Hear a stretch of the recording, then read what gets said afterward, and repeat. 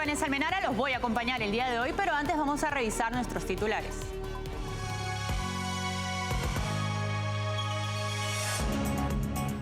En México, el gobierno del presidente izquierdista Andrés Manuel López Obrador enfrenta fuertes críticas debido a su manejo financiero y la ejecución de proyectos costosos y controvertidos que dejarán un país con graves problemas económicos para su sucesor.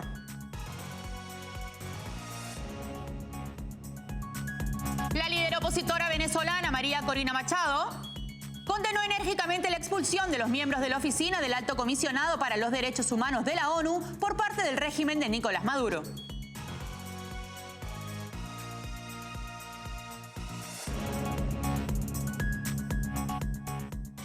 En Rusia, el principal líder opositor al régimen de Vladimir Putin, Alexei Navalny, falleció en una prisión ártica. Su repentina muerte arroja nuevas sombras sobre el Kremlin y Putin por sus prácticas autoritarias y represivas.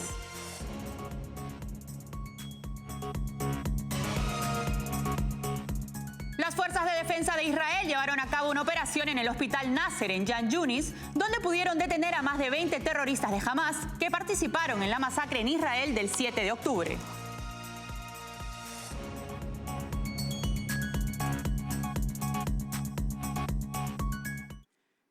El desarrollo de las noticias, pues el presidente mexicano, Andrés Manuel López Obrador, enfrenta una creciente oleada de críticas por su gestión financiera y la ejecución de proyectos costosos y controvertidos que dejarán al país sumido en problemas económicos para las generaciones venideras.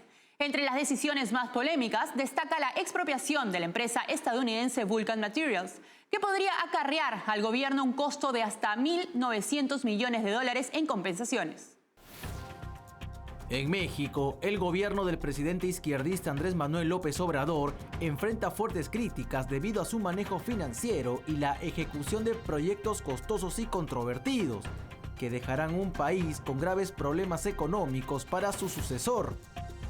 López Obrador ha persistido en impulsar nuevas iniciativas, como la expropiación de la empresa estadounidense Vulcan Materials, que podría costar al gobierno hasta $1.900 millones en compensaciones. Además, su plan de lanzar una aerolínea estatal y recuperar los trenes de pasajeros refleja una gestión poco realista y desfasada, en un contexto internacional donde la mayoría de los países han optado por cerrar o vender aerolíneas estatales.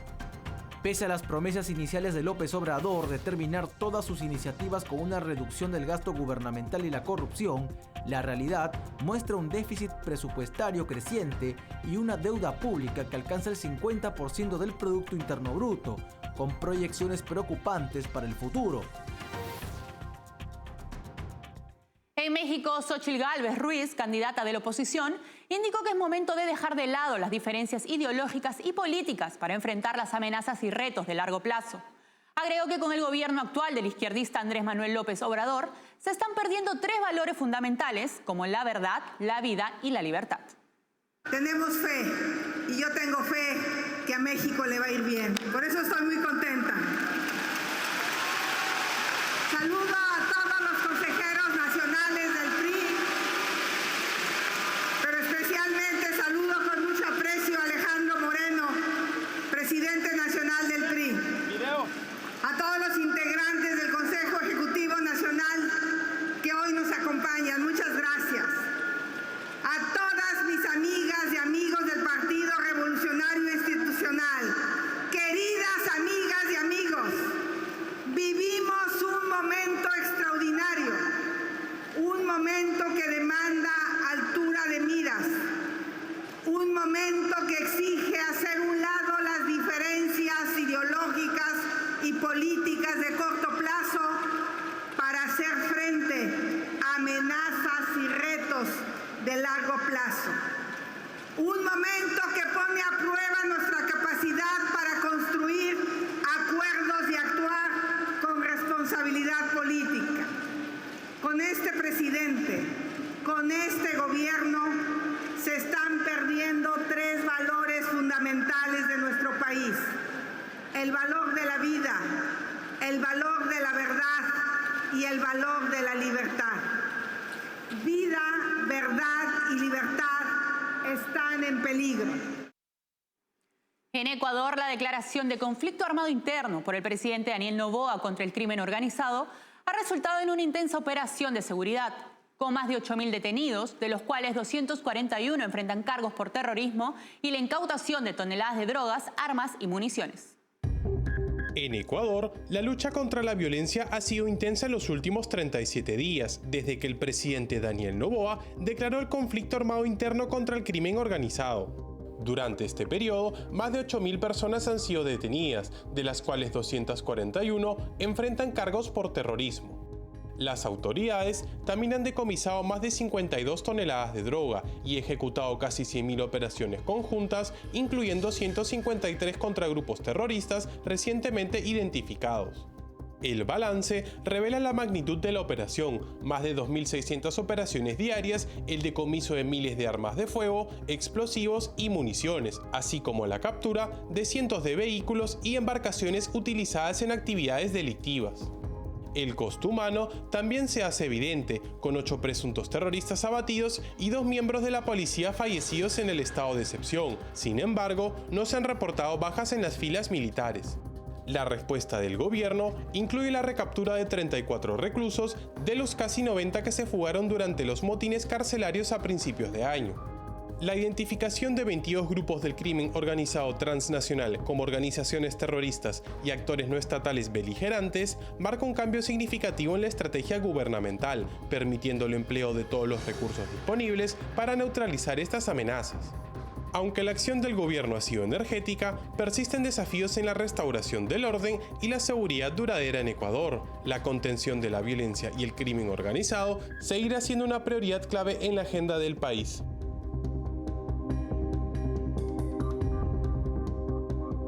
En Venezuela, el régimen de Nicolás Maduro decidió suspender las operaciones de la Oficina del Alto Comisionado de las Naciones Unidas en Caracas. La decisión de expulsar al personal de la ONU se produce tras la detención de la experta en temas militares Rocío San Miguel, conocida por su oposición al gobierno. El régimen venezolano de Nicolás Maduro decidió suspender las operaciones de la Oficina del Alto Comisionado de las Naciones Unidas para los Derechos Humanos en Caracas, ordenando que todo su personal abandone el país en un plazo de 72 horas. La medida fue tomada luego de que la misión de la ONU expresara su preocupación por la detención de la activista venezolana Rocío San Miguel, quien ha sido crítica del régimen de Maduro y ha sido acusada de presuntas actividades terroristas. Esta decisión ratifica el carácter totalitario del régimen, que busca eliminar la presencia de organismos internacionales en el país, quienes han denunciado las permanentes violaciones de derechos humanos en Venezuela. La Oficina Técnica de Asesoría del Alto Comisionado de las Naciones Unidas para los Derechos Humanos se estableció en Venezuela en el 2019 para evitar que la dictadura continúe reprimiendo a sus opositores. Sin embargo, el régimen de Nicolás Maduro continúa socavando la democracia y el Estado de Derecho en el país, persiguiendo a los políticos de la oposición y no garantizando unas elecciones libres y justas. La líder opositora venezolana María Corina Machado se pronunció a través de un comunicado y condenó enérgicamente la expulsión de los miembros de la Oficina del Alto Comisionado para los Derechos Humanos de la ONU por parte del régimen de Nicolás Maduro. Machado considera este acto como un grave atentado contra los derechos fundamentales y una maniobra peligrosa para socavar la posibilidad de elecciones presidenciales libres y transparentes. Además, sostiene que Maduro ha incumplido los acuerdos de Barbados, diseñados para garantizar condiciones equitativas a la oposición en la contienda electoral. Enfatiza que el régimen temeroso de la mayoría que lo repudia recurre a tácticas de acoso, persecución y represión contra líderes políticos, defensores de derechos humanos y organizaciones de la sociedad civil. La opositora, inhabilitada para participar en elecciones, alerta sobre la intensificación de la crisis política y la probable escalada de persecuciones sin la presencia de la ONU para documentar las atrocidades de la dictadura. María Corina Machado insta a los gobiernos latinoamericanos a rechazar las acciones de Maduro y presionar para el retorno de la ONU a Venezuela, subrayando la importancia de seguir trabajando por los derechos humanos y denunciando las violaciones del régimen a nivel internacional. Momento de irnos a una breve pausa, volvemos enseguida con más información. Café Sombra de Pino. un café diferente que crece a la sombra de pinos en Villarrica. Ya lo saben, Café Sombra de Pino, un café premium al alcance de todos.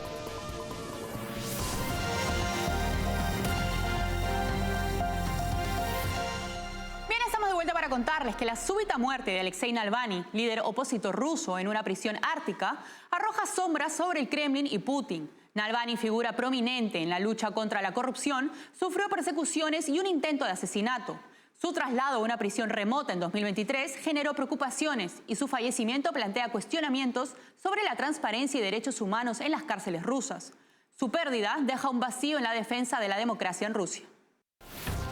El principal líder opositor al régimen de Vladimir Putin en Rusia, Alexei Navalny, falleció en una prisión ártica a los 43 años. Su repentina muerte arroja nuevas sombras sobre el Kremlin y Putin por sus prácticas autoritarias y represivas. La falta de información sobre la causa de su muerte levanta sospechas. Navalny fue una figura destacada en la lucha contra la corrupción y defensor de la democracia en Rusia. También enfrentó constantes persecuciones políticas y una pena de 19 años en la cárcel por supuesto extremismo. El opositor número 1 de Vladimir Putin también fue víctima de diversos ataques e incluso de un intento de asesinato. En el 2017 fue atacado por varios hombres que le arrojaron antisépticos en la cara, causándole daños en un ojo. En el 2020 sobrevivió a un intento de envenenamiento que atribuyó directamente a Vladimir Putin. El traslado de Navalny en diciembre del 2023 a una prisión remota cerca del Círculo Polar Ártico levantó preocupaciones sobre su bienestar y seguridad. Su fallecimiento en estas circunstancias genera preocupaciones sobre la transparencia y el respeto a los derechos humanos en el sistema penitenciario ruso, conocido por su dureza. La partida de Alexei Navalny deja un vacío en la lucha por la democracia en Rusia y destaca la necesidad de proteger a los defensores de los derechos humanos y opositores políticos del Kremlin. El presidente de Ucrania, Volodymyr Zelensky, afirmó que el líder opositor ruso Alexei Navalny ha sido claramente asesinado en la prisión rusa donde estaba detenido. El mandatario ucraniano aseguró que Navalny es solo uno de los miles que han sufrido torturas hasta la muerte debido a las acciones de Putin. Además, agregó que para el presidente ruso no importa quién muera mientras se mantenga en su posición. La muerte repentina del líder opositor ruso Alexei Navalny en la prisión ártica donde estaba recluido desde diciembre pasado fue anunciada por el servicio penitenciario de la región de Yamalo-Nenets, donde cumplía su condena de 19 años por presuntos cargos de extremismo. Su fallecimiento plantea cuestionamientos sobre la transparencia y derechos humanos en las cárceles rusas. Su pérdida deja un vacío en la lucha contra el régimen autócrata de Vladimir Putin. La reciente operación de las Fuerzas de Defensa de Israel en el hospital Nasser de Khan Yunis llevó a la detención de más de 20 terroristas de Hamas vinculados a la masacre del 7 de octubre en Israel. Este evento destaca la explotación de infraestructuras civiles por parte de Hamas, poniendo en riesgo la seguridad de civiles palestinos y la integridad de las instalaciones médicas. Las Fuerzas de Defensa de Israel, FDI, llevaron a cabo una operación en el hospital Nasser en Khan Yunis, donde pudieron detener a más de 20 terroristas de Hamas que participaron en la masacre en Israel del 7 de octubre, donde asesinaron a 1.200 personas y secuestraron a 240 rehenes. Esta operación de las FDI revela un patrón de explotación de infraestructuras civiles por parte del grupo terrorista, poniendo en peligro tanto civiles palestinos como la integridad de las instalaciones médicas. Además, el uso sistemático de instalaciones médicas con fines terroristas representa una violación flagrante del derecho internacional humanitario y plantea serias preocupaciones sobre el compromiso de Hamas con el bienestar de las personas a las que dice representar y proteger.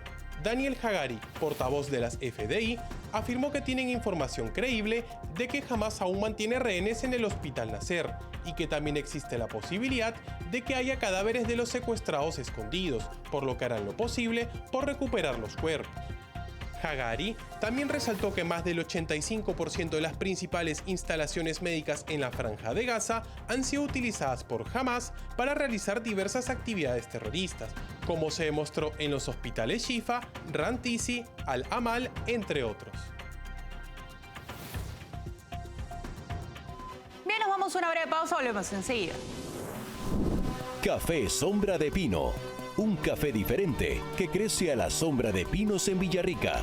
Ya lo saben, Café Sombra de Pino, un café premium al alcance de todos.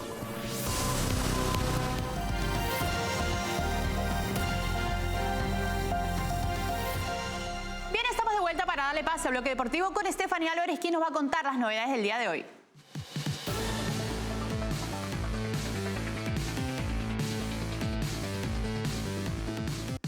Muchas gracias, Vanessa. Nosotros comenzamos con nuestra información deportiva hablándoles de tenis, porque el tenista argentino Federico Coria continúa cosechando éxitos al avanzar a los cuartos de final del ATP 250 de Buenos Aires, donde derrotó a Cameron Norrie, número 20 del ranking mundial, por 6-2, 4-6 y 6-3. En un emocionante encuentro que duró 2 horas y 17 minutos, Federico Coria derrotó a Cameron Norrie por 6-2, 4-6 y 6-3 en los cuartos de final del Abierto de Buenos Aires, logrando así ganar por cuarta vez en su carrera a un jugador del top 20. Federico Coria, actualmente clasificado como el número 106 del mundo en el ranking ATP, había obtenido triunfos anteriores sobre Cristian Garín, Pablo Carreño y otros jugadores destacados. Sin embargo, según sus propias declaraciones, considera que esta victoria sobre Cameron Norrie es la más importante de su carrera hasta el momento. Federico Coria, originario de Rosario, logró su clasificación al Abierto de Buenos Aires 2024 gracias a que llegó a las semifinales del Córdoba Open la semana pasada. Con esta actuación, Coria recuperó virtualmente su posición entre los 100 mejores del mundo. Pasamos al fútbol porque en el encuentro de vuelta de la fase 1 de la Copa Libertadores 2024, Nacional de Paraguay derrotó 3-0 a Aucas de Ecuador en el estadio Arsenio Erico en Asunción. El club nacional logró una victoria contundente con un marcador de 3-0 gracias a los goles de Diego Duarte en 2 ocasiones y de Rodrigo Arévalo. Con este resultado, Nacional de Paraguay remontó la serie y avanzó a la siguiente fase del torneo internacional. El próximo desafío para Nacional será enfrentar a Atlético Nacional de Colombia. El partido de ida está programado para el miércoles 21 de febrero en el Defensores del Chaco, mientras que el partido de vuelta se realizará el miércoles 28 de febrero en el Atanasio Girardot. Luis Fernando Muriel, delantero colombiano de 32 años, ha dejado atrás su etapa en el Atalanta y ha sido oficialmente presentado como nuevo jugador del Orlando City en la MLS de Estados Unidos. Luis Muriel, conocido por su gran olfato goleador, firmó contrato con el club estadounidense hasta el 2026, llegando procedente del Atalanta, donde jugó los últimos 5 años de su carrera. El delantero colombiano, nacido en Santo Tomás Atlántico, fue recibido como una figura en Miami. Su llegada a la MLS marca un nuevo capítulo en su exitosa carrera, pues Orlando City destacó sus capacidades ofensivas, considerándolo una constante amenaza para los rivales. Luis Muzzi, vicepresidente ejecutivo de operaciones del fútbol de Orlando City, expresó su entusiasmo por la llegada de Muriel, destacando su capacidad para anotar. Pues según estadísticas de Opta, Muriel tiene un impresionante promedio de 1 gol cada 105 minutos en la Serie A, situándose solo por detrás de Cristiano Ronaldo. Y pasamos al atletismo, pues la marchista peruana Kimberly García confirmó su participación en la edición número 43 de la Marcha Atlética Dunsice en Eslovaquia. Esta se va a realizar el próximo 16 de marzo. Los organizadores de la edición número 43 de la competición de marcha atlética Dudinska en Eslovaquia han confirmado la participación de la peruana Kimberly García, 2 veces campeona mundial en las distancias de 20 y 35 kilómetros en Oregón 2022. El evento, que marca el inicio del circuito mundial de marcha, se llevará a cabo el 16 de marzo y contará también con la presencia de los peruanos Evelyn Inga y César Rodríguez. La competición presenta un nuevo recorrido sin curvas cerradas, lo que podría propiciar mejores resultados. Recordemos que Kimberly García ganó la prueba de 35 kilómetros en la edición anterior de Dudinska, estableciendo un nuevo récord mundial de 2 horas, 37 minutos y 44 segundos. Sin embargo, el récord fue superado por la española María Pérez en mayo del mismo año, durante los Campeonatos de Europa de Marcha Atlética, con un tiempo de 2 horas, 37 minutos y 15 segundos. Y con eso llegamos al final de nuestra información deportiva en Informe Diario. Café Sombra de Pino.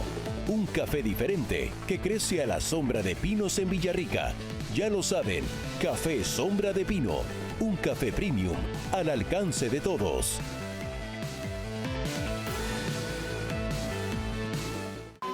Gracias, Stephanie, por la información. Hemos llegado a la parte final. Nosotros nos despedimos por hoy. Pero antes debo recordarles que no se olviden que estamos en www.grupotvl.com. Síguenos también en Twitch como TV Libertad. Escúchanos a través de Spotify como TVL en español. Y suscríbete a nuestro canal de YouTube @TV Libertad Oficial. Y además entérate más escaneando el código QR que está en tus pantallas. Gracias por acompañarnos.